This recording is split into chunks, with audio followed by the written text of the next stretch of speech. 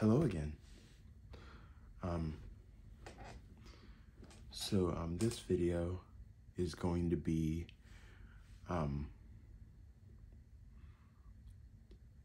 it's just another idea that I want to share with you.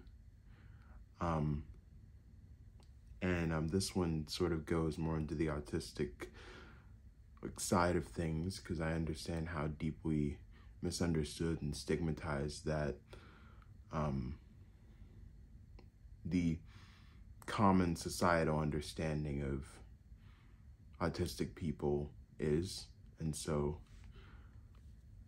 I'm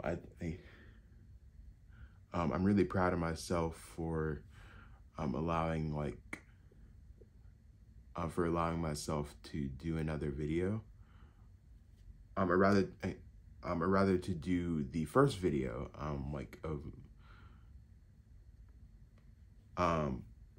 the work that really involves my face, in a non-musical sense, in a non Biowar sense, in a non I guess it's still art, but anyways. That could be another video too. Anyways,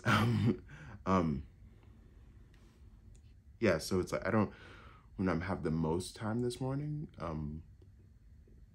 but I'm really proud of myself for dropping a video last night, and I just decided, okay, it's a new day, let's try to make another one.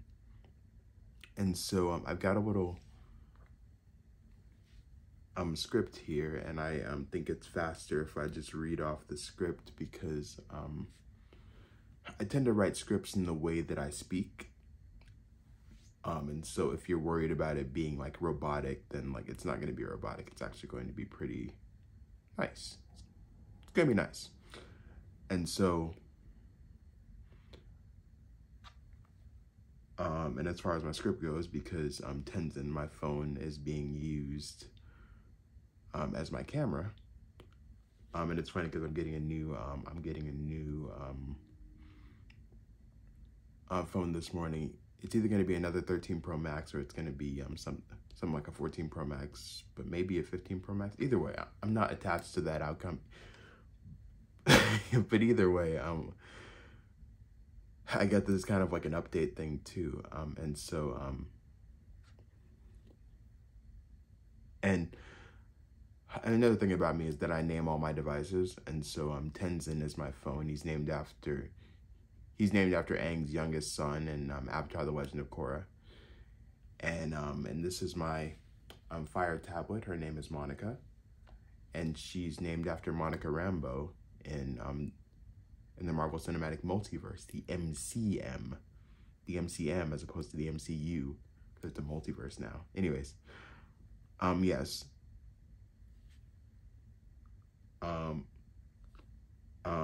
Again, I don't have the most time in the world, and so I just wanted to just read some thoughts off that I had recorded last month. Also, happy Juneteenth. Happy Pride. As you can see by my shirt, it's seen better days, but this message is timeless. It's straight up, it's gold. Anyways, so yeah, essentially what this video is going to be about, or rather what I want to share with you today, is a big misconception about autistic people, and really just people in general. And so yeah, I'm going to start reading now. Let's start with this. The more unsafe a human being feels, the more rigid they become in just about every measure, right? And last year I surmised exactly why that happens, and I found that a very likely reason is that people feel unsafe when their needs aren't getting met. So how does this apply to autistic people like myself? Not getting our needs met makes autistic people live more cyclically inherently. And And that leads to a bunch of like the rhetoric around like, oh, people with autism, like I'm using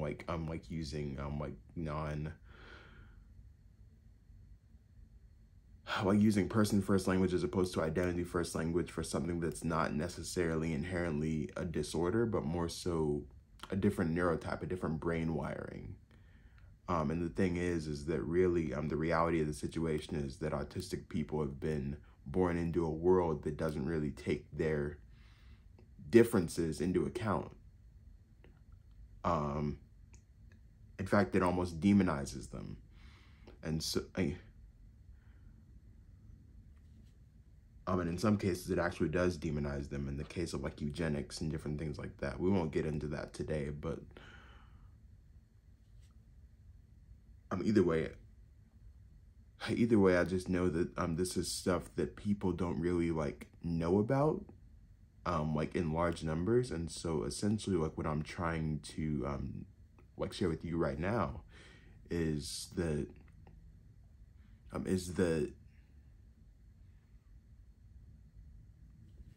there's some stuff that's afoot.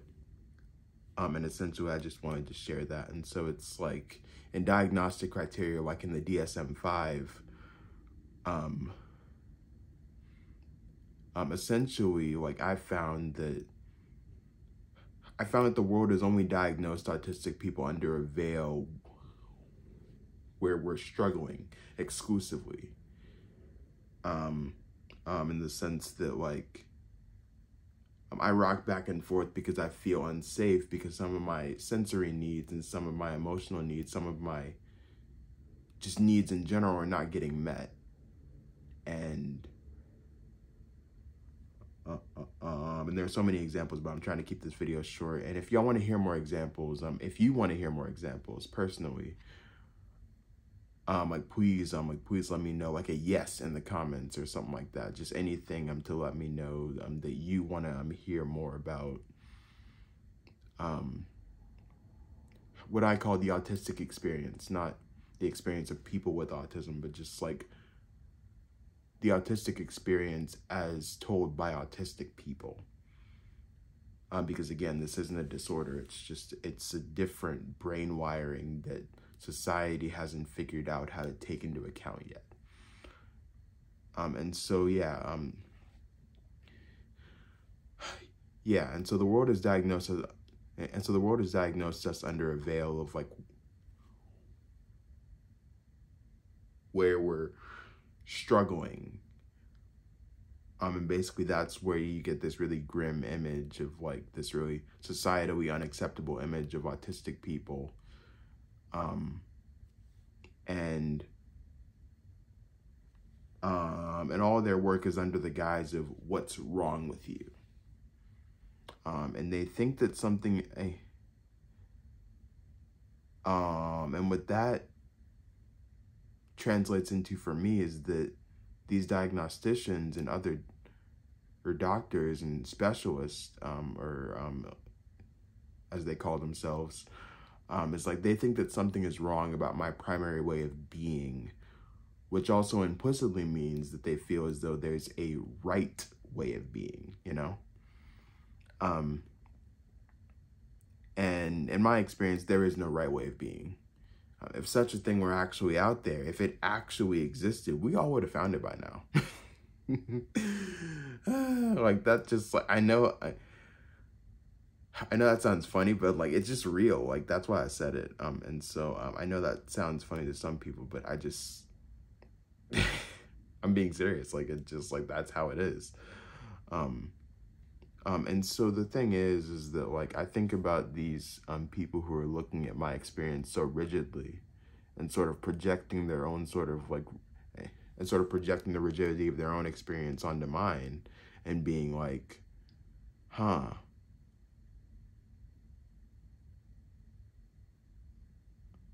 Like, essentially, it's like essentially, like, it comes down to the idea of, like, what you pick up on in the world, like, whatever you, like, choose to see in the world, you tend to see more of it. Even in places where it's not necessarily there. And I believe the same thing's going on here. And so basically, in light of that, I say, or rather, I thought about the states of mind of these like diagnosticians and these different people who have written down all these rules that are in the diagnostic statistical manual of version 5, or the DSM-5, basically the book that people use to diagnose any sort of like thing that's considered a disorder. And so it's like, and so I thought about their states of mind as diagnosticians, and I'm like, but maybe their pain is causing them to live cyclically, invigorating their own need for conformity to where that's all they can see in the people around them, in me, in you. And then I thought, like, what if it's all a projection? And I thought, what if it's all a projection? I thought, what if it's all projection and the projector just got dropped as a child?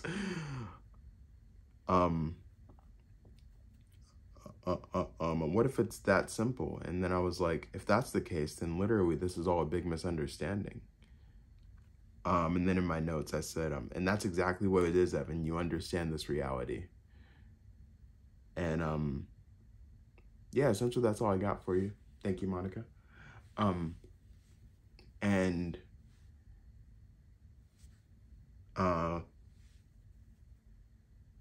again, like, if it helps you to believe it in this way, then I encourage you to. And if it doesn't help you to believe it in this way, then I encourage you to drop it and find something else that feels better to believe.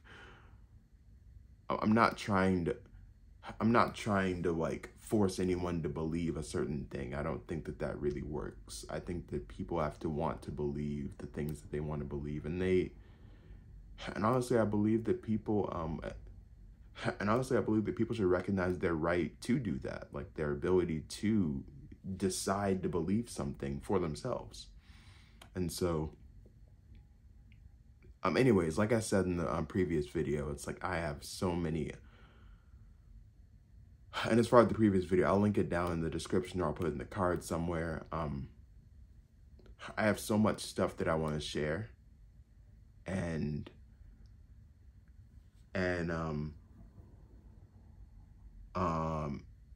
again, I'm autistic, which means I'm mind blind, which means I can't read your mind, and so getting comments from people really, really helps. And so comment any sort of thoughts that you have, good, bad, indifferent, like anything that, like any frustration or anything like that, like just throw it all at me, like any sort of impressions that you get. I welcome it all, and I just want you to like feel like you can express yourself like fully to me, because that's kind of what I appreciate seeing in people. And so all that to say, I was trying to make this video like shorter than the other one. I'm not sure if it is, because I can't see the timer, because I'm using the back camera just to increase the quality. But either way, all that to say, I love you. I'm glad that you are here. I'm glad that you exist among us and in this year, whenever you're watching this. And all that to say, thanks for watching, and I'll see you soon. I got plenty more ideas, and the more stuff that y'all share with me, the more ideas that I can generate, and the better I can answer more questions more intently instead of just throwing information at you. And so, yeah, again, I love you. You're awesome. And yeah, I'll see you soon. Bye.